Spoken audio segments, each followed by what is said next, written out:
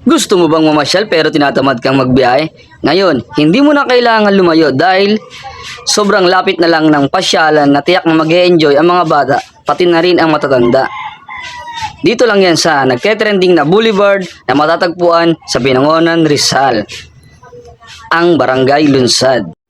Tara, samahan niyo ako at ipapasyal ko kayo sa trending na lugar na ito.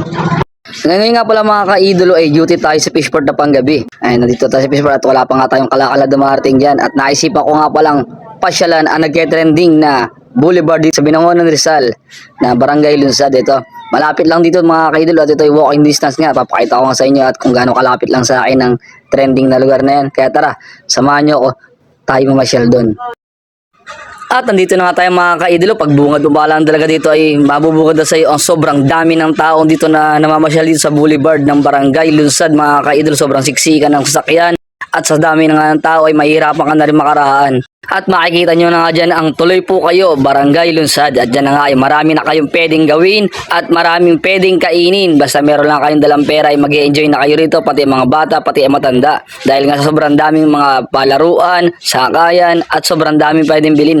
At dito nga ay ipapakita ko sa inyo yung mga pwedeng bilhin. Laruan pailaw, pambatang matanda, mga lobo at sobrang daming tao mga kaidol. Kung makikita nyo nga dito ay talagang pabalik-balik ang pagdaan ng mga tao. Papakita ko nga sa inyo ang mga street food na pwede nyo bilhin dito na matutuwa lalo na ang mga bata dahil sa rami nga na pwede pagpili ang mga pagkain pwedeng bilhin dito. Meron mga pizza, iniyaw, fishball, kikiam, kwek-kwek, milk tea at kung ano-ano pa mga kaidolo. Sobrang dami nga hindi natin masasabi lahat. At habang naglalakad nga pala ako dito, sobrang dami ng tao, sobrang marami ka rin makikita ang iba't ibang itsura dito. Sobrang dami rin magagandang babae. Magandang laruan pala mga kaidolo dahil sobrang dami nga pwedeng pag-enjoyan dito ng mga bagets na palaruan dito sa perya. At na-videoan pa nga natin yung mga kababayan natin sa Barangay Nabotas. Medyo nahiya pa sila sa camera. At pag dito ka nga pala talagang pumunta, kailangan mo magdala ng maraming pera dahil matatakam ka sa sobrang daming bilihin na masasarap dito ng mga sikat na street food mga kaidolo. Kaya kailangan magdala kayo ng pera nyo para siguradong mabubusog kayo pagpunta nyo dito. At may enjoy nyo pa ang sarili nyo sa mga pagsakay sa mga Ferris wheel, sa dragon boat at marami pang iba.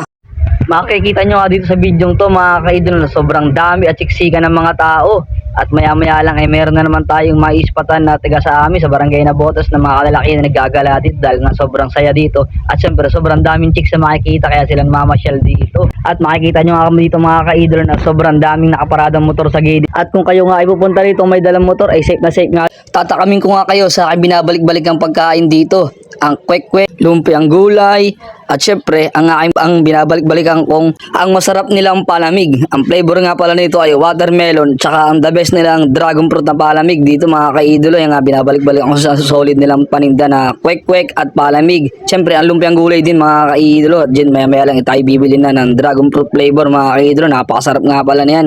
Yan nga pala ako lagi nabili ng kwek-kwek.